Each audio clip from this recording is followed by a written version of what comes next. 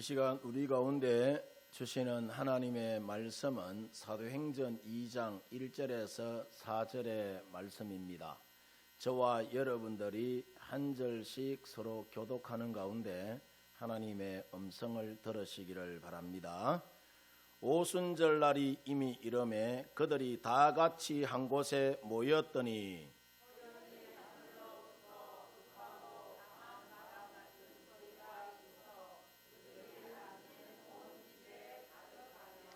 마치 불의 혀처럼 갈라지는 것들이 그들에게 보여 각 사람 이에 하나씩 임하여 있더니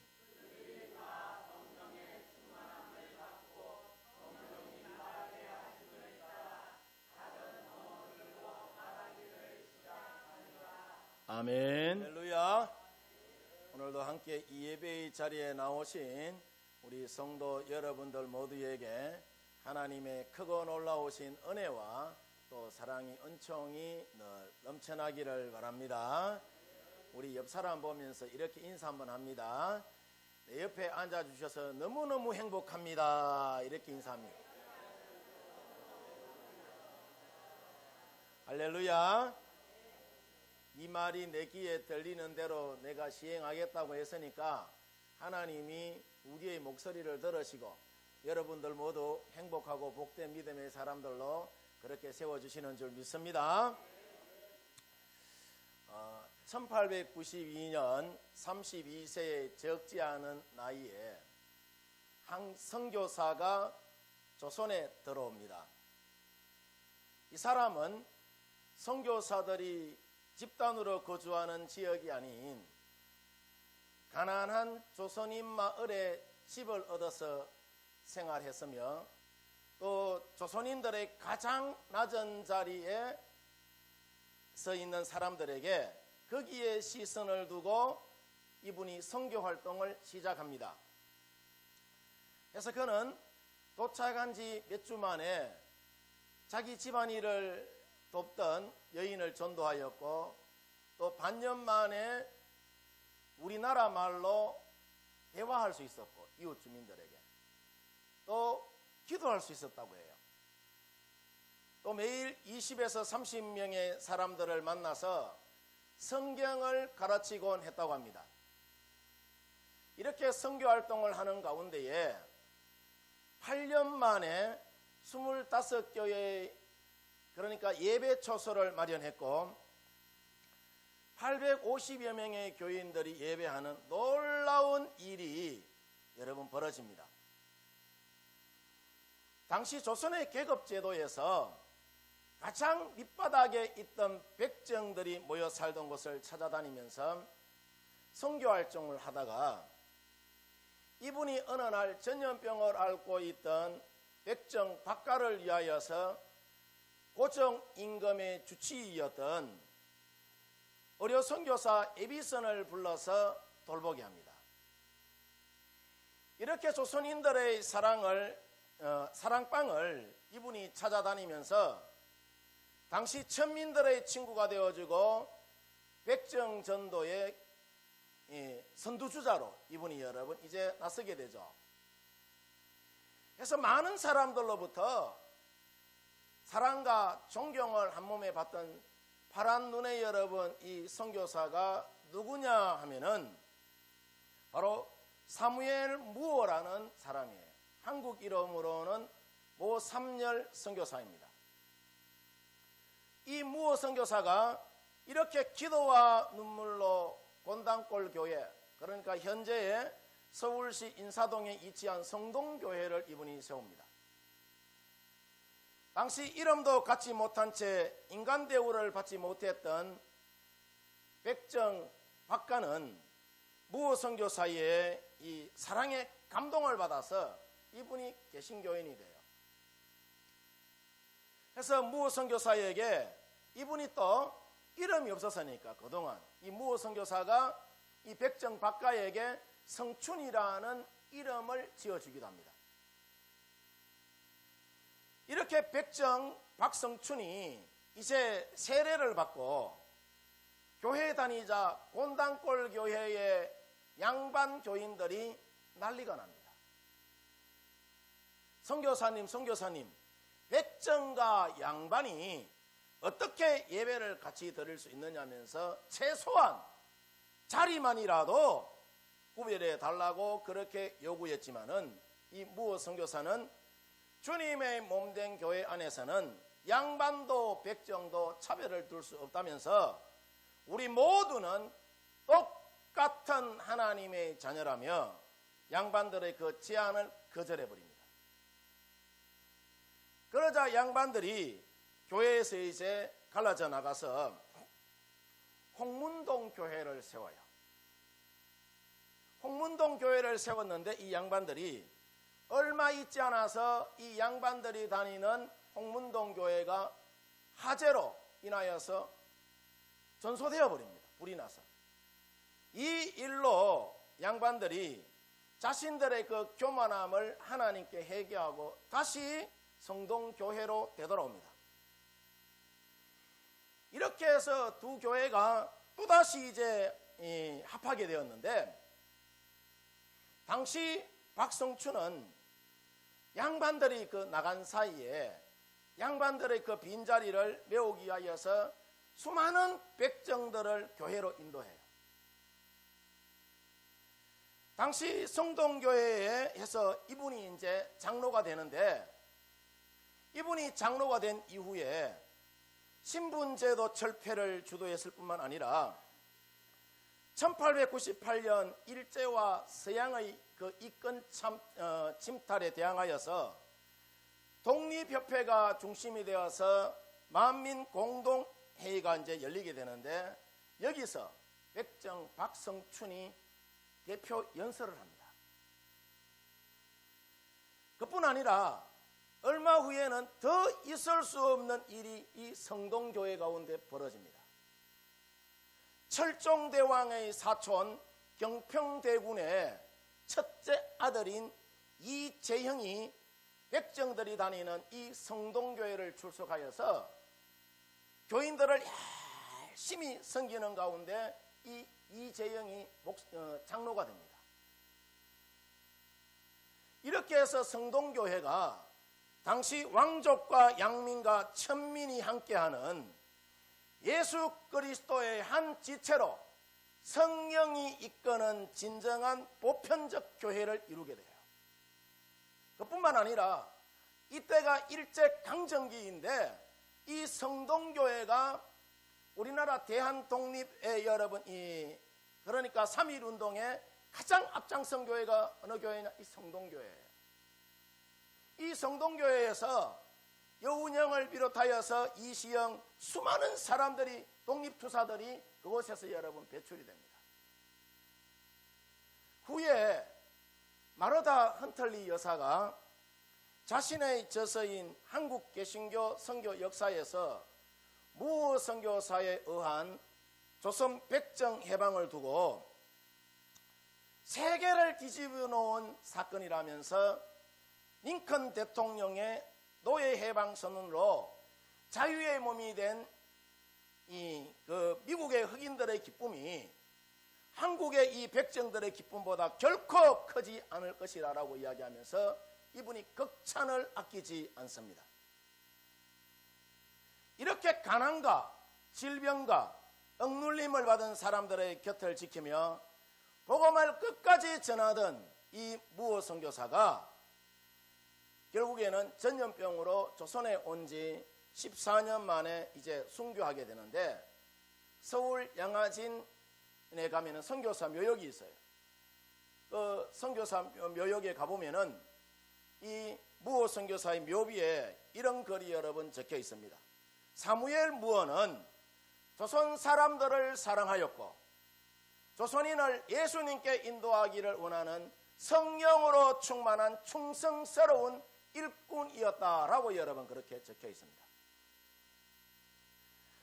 여러분 성령이 함께하니까, 성령이 그 교회에 여러분 있으니까, 성령의 다스림 속에 교회가 세워지니까 왕족도 양반도 천민도 다 예수 안에서 뭐가 되더라? 하나가 되더라.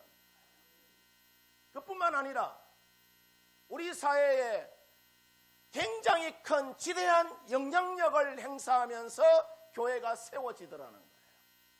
저는 우리 8호 교회도 이와 같은 교회가 되어지기를 주의 이름으로 축원드립니다. 오늘 우리가 성경을 보면은 예수님께서 부활하신 이후에 40일 동안 사람들에게 나타나셔서 하나님 나라의 복음을 전파합니다. 그리고 마지막으로 사도행전 1장 8절을 보면은 오직 성령이 너희에게 임하시면은 너희가 권능을 받고 예루살렘과 온 유대와 사마리아와 땅끝까지 이르러 내 증인이 되리라 라고 말씀을 하시고, 예수님이 구름을 타고 하늘로 성천에서 올라가시죠. 아멘입니까? 별로 반응이 없네. 여러분 성경하고 내 성경하고 다릅니까? 이 일이 있은 후에 예수님의 제자들이 뭘 했느냐 하면은 마가의 다락방에 함께 모여서 함께 뜨겁게 기도합니다. 제자들이 이렇게 뜨겁게 기도할 때에 놀라운 일들이 여러분 일어나는데, 우리가 오늘 제자들이 기도할 때에 어떤 일이 일어났는지 그것을 함께 살펴보는 가운데 주신 은혜를 여러분 한번 나눠보고자 합니다. 첫 번째로, 제자들이 뜨겁게 기도할 때에 어떤 일이 여러분 일어나게 되느냐? 제자들이 성령으로 충만함을 여러분 받게 됩니다. 오늘 사도행전 2장에서 초대 교회가 이제 시작이 되는데, 교회에 대하여서 우리가 꼭 기억하고 있어야 하는 세 가지가 여러분 있어요. 뭐냐 하면은, 첫 번째로 성도 한 사람 한 사람이 뭐다? 교회라는 이야기예요. 아멘입니까? 고린도전서 6장 19절 말씀에 보면은 너희 몸은 너희가 하나님께로부터 받은 바 너희 가운데 계신 성령의 전인 줄 알지 못하느냐라고 이야기를 해요. 아멘입니까? 무슨 말씀입니까? 너희 한 사람 한 사람이 성령의 임재가 있는 교회라는 이야기예요. 성전이다라고 이야기합니다. 다 같이 한번 따라해 보십시다. 내가 교회입니다. 내가 교회입니다. 여러분, 내 안에 성령이 계시면은, 내 안에 성령이 계시다라고, 주의 성령이 임재하여 계시다고 내가 인정한다면은, 예수님이 내 안에 여러분 들어와 계시다라고 인정한다면은, 우리가 여러분 마음대로 살 수 있을까요? 주의를 범할 수 있을까요?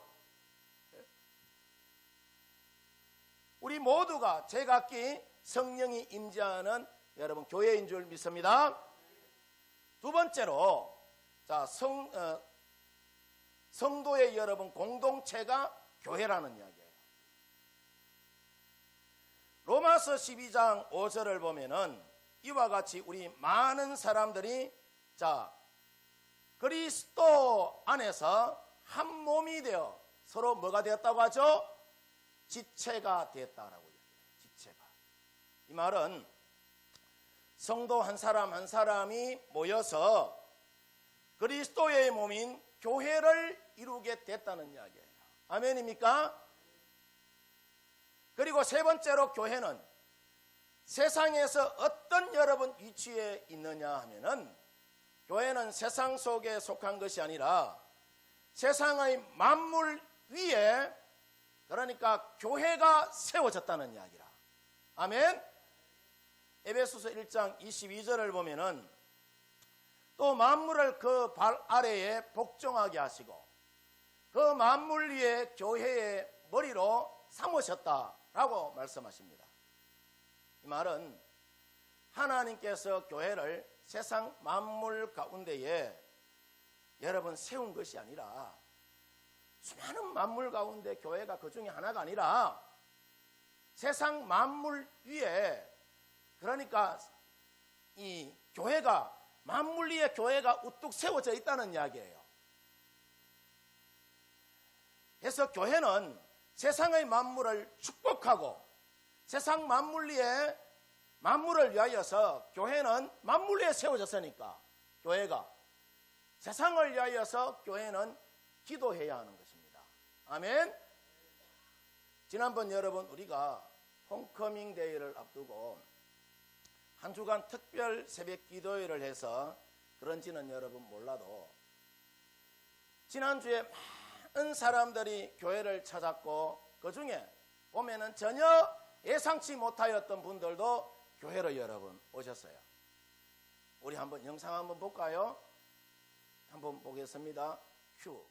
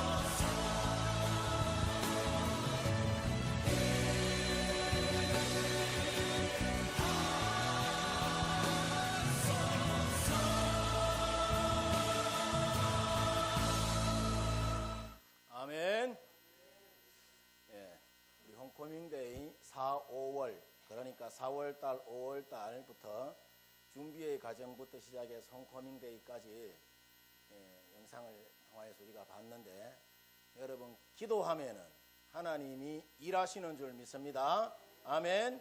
기도하면은 하나님이 역사하시는 줄 믿습니다.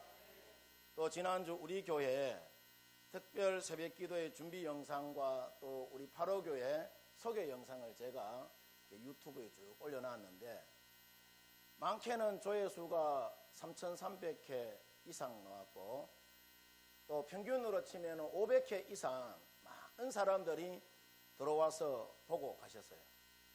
무슨 말씀을 여러분 드리고자 하느냐 하면은 많은 사람들이 우리 8호 교회에 관심을 갖기 시작했다는 말씀입니다. 이 모두가 여러분들이 교회 부흥에 관심을 갖고 열심히 기도한 여러분 결과물인 줄 믿습니다. 아멘입니까? 오늘 성경 말씀에 보면은 제자들이 모여서 기도하는 여러분 모습을 보게 됩니다. 자, 그러면은 제자들이 어떻게 기도했느냐 하면은 먼저 한 곳에 모여서 다 같이 힘을 모아서 기도합니다. 우리가 코로나 때야 이때는 할 수 없이 특별한 상황이기 때문에 온라인으로 다들 집에서 예배를 드렸습니다마는 이제는 우리가 온라인으로 해야 하는 특별한 상황이 아니기 때문에 예수님을 믿는 성도라면은 자 어디에 모여야 합니까? 성전에 여러분 모여야 되는 줄 믿습니다. 왜냐하면은 교회는 모여야 여러분 교회 공동체가 되는 거예요. 모여야 영적인 힘이 여러분 생기는 것이고 모여서 함께 우리가 기도할 때에 그 기도가 힘이 있는 것이고 하나님이 하늘 문을 여시고 우리 가운데 응답하여 주시는 줄 믿습니다. 그래서 우리가 주일 예배도 여러 번 모이고 주일 저녁 예배도 여러 번 모이고 또 수요일 날도 모이고 매일 새벽 기도에도 여러분 열심히 그냥 모이는 것이 아니라 열심히 힘을 다하여서 모이는 줄 믿습니다. 오늘 성경을 보면은 이렇게 열심히 모인 제자들이 앞서 여러분 말씀드린 대로 뭘 했느냐? 뜨겁게 기도합니다. 그냥 대충 하는 것이 아니라 뜨겁게 기도합니다. 얼마나 뜨겁게 기도했는지 오늘 성경 말씀 사도행전 2장 3절을 보면은 불의 혀같이 갈라지는 것이 그들 위에 하나씩 임하였다라고 이야기해요. 아멘입니까? 함께 모여 기도하였을 때 어떤 특정한 사람 그 사람에게만 성령이 여러분 임한 것이 아니라 각 사람들에게 모두에게 성령께서 기름 부어주셨다는 이야기예요. 여러분 이처럼 우리가 뜨겁게 간절히 기도할 때에 하늘 문이 여러분 열리는 것입니다.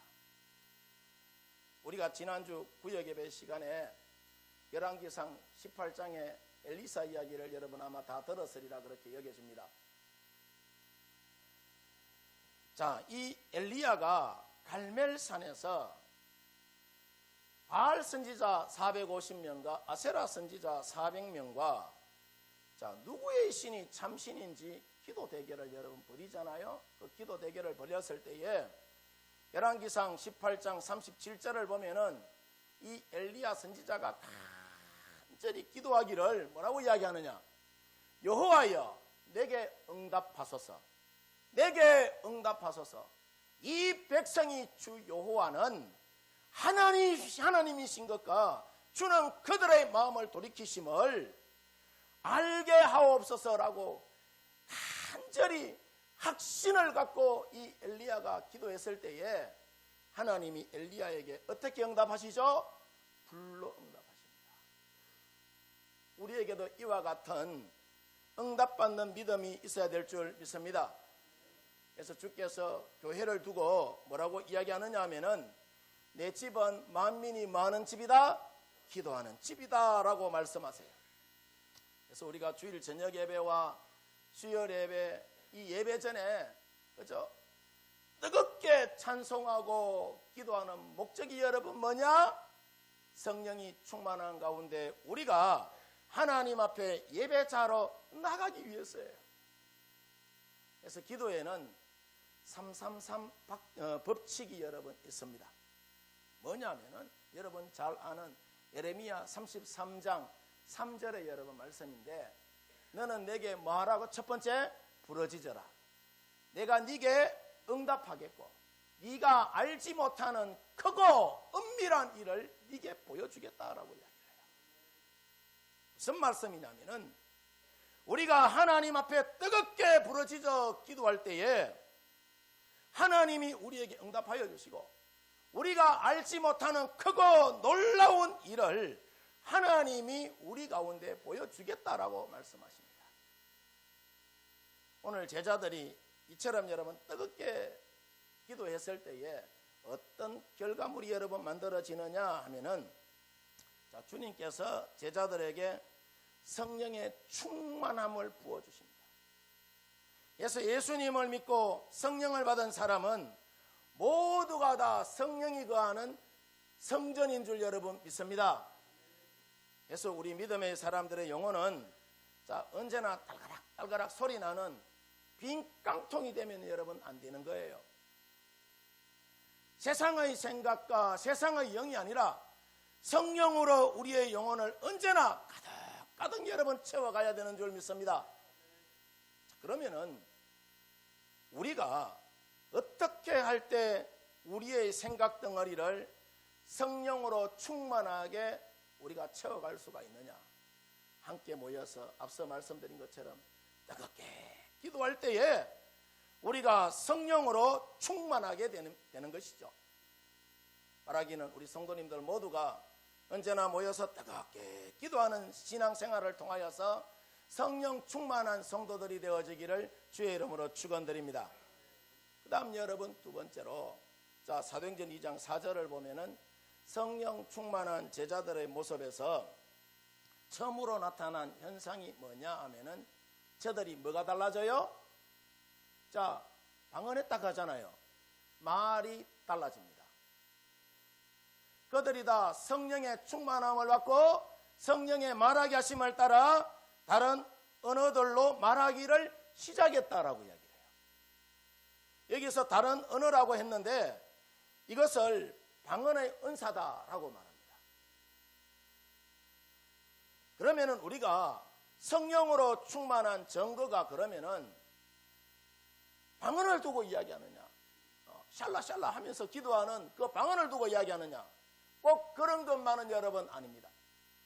방언이라는 것이 우리가 성령 충만함을 받는 여러 가지 은사 중에 여러분 하나이지 그것이 전부가 여러분 아니기 때문이에요. 우리 가운데도 보면은 방언의 은사를 받은 사람들도 있고 또 여러분 다른 은사를 제각기 여러분 다 여러분 갖고 있어요. 그래서 내가 방언을 받았다고 해서 너무 교만해서도 안 됩니다. 방언의 은사를 준 것은 여러분들이 쉬지 않고 열심히 기도하라고 그 은사를 여러분 주신 거예요. 은사는 제각기 여러분 다 달라요. 다름을 여러분 우리가 인정해야 되는 거예요. 그래서 여기서 말하는 다른 언어로 말하기를 시작했다는 이 말을 저는 이렇게 한번 해석해 보고 싶어요. 뭐냐 하면은 지금까지는 잘 들으시길 바랍니다. 초대교회 성도들이 부정적인 말로 이기적인 말로 남에게 상처 주는 그런 삶을 살았다면은 이제부터는 믿음의 말과 은혜로운 말과 복음의 말을 하면서 살겠다는 것입니다. 다른 언어라는 것이. 왜냐하면은 자, 우리에게 성령이 임하면은 하나님이 하시는 일이 있어요. 어떤 일을 하느냐? 회복의 은혜를 우리 가운데 부어주시는 거예요. 아멘입니까? 내 믿음도 회복시켜 주시고 내 건강도 회복시켜 주시고 내 마음의 상처도 회복시켜 주시고 하나님의 축복도 회복시켜 주세요. 뭐가 임하면은 성령이 임하면은 우리가 창세기 11장에 보면은 바벨탑을 쌓는 사람들의 모습을 보게 됩니다. 당시 사람들이 어떤 생각과 사고를 갖고 바벨탑을 쌓았느냐 하면은 탑 꼭대기를 그러니까 하늘에 닿게 하여서 세상에 자신의 이름을 드러내고자 이런 교만한 여러분 마음들이 저들에게 있었어요. 그래서 하늘 끝까지 한번 탑을 쌓아보자라고 이야기한 거예요. 그래서 하나님께서 그들의 언어를 어떻게 하죠? 혼잡하게 만들고 서로 알아듣지 못하게 하여서 모두 흩어져서 살게 만듭니다. 교만하니까 그런 거예요. 놀라운 것은 그렇게 여러분 이 창세기 11장에서 하나님이 말을 흩어버리고 제각기 여러분 다 흩어져서 이제 살던 사람들이 자 이제 사도행전에서 성령이 임함으로 사람들의 모든 교만한 마음을 하나님이 여러분 꺾으시고 회복의 은혜를 부어주셨다는 여러분 사실입니다. 그래서 오늘 성경을 보면은 제자들에게 성령이 충만하게 임함으로 제자들의 영혼이 여러분 달라지고 생각이 달라지고 저들의 말이 완전히 달라지는 것을 여러분 봅니다. 성령을 받기 전에는 저들의 영혼은 믿음과는 전혀 상관없는 삶이었어요. 예수님을 십자가에 못 박아 여러분 죽여쁘잖아요 그들이. 그런데 성령이 임함으로 저들의 영혼이 믿음의 삶이 여러분 됩니다. 저들의 생각도 믿음의 생각으로 변하고 저들의 말도 믿음의 말로 여러분 변화해요. 제자들의 영적인 삶이 은혜로운 생각과 은혜로운 말로 변하더라는 거예요. 성령이 임하니까. 그뿐 아니라 제자들의 생각 덩어리가 자 복음을 전하고자 하는 생각을 하게 되고 저들의 말이 복음의 말로 완전히 여러분 변화됩니다. 이처럼 우리 예수 믿는 사람들이 자 뭘 받으면은 성령을 여러분 받으면은 말에서부터 시작하여서 나의 여러분 행동까지 완전히 달라지는 거예요. 말에 여러분 은혜가 있고 감사가 있고 축복이 여러분 있습니다. 인과응보의 도덕적 수준에서 사는 사람들이 아니라 모든 것을 하나님의 은혜로 성화시킬 줄 아는 여러분 은혜의 수준에 이르기까지 여러분 살게 되는 것입니다. 바라기는 우리 성도 여러분들 모두 여러분 성령을 늘 사모하면서 사시기를 바랍니다. 내가 예수 믿는다고 하면서 내 말이 복음의 말이 아니고 내 말이 여러분 그러니까 세상적 가치와 어둠으로 가득 차 있다면은 예수님 잘못 믿는 거예요. 우리 성도 여러분들 예수님 잘 믿으시기를 바랍니다. 성령이 우리 가운데 오시면은 내 말과 행동이 여러 번 달라져요. 삶이 여러 번 달라져요. 주님의 기쁨이 되는 삶을 여러 번 살아가요.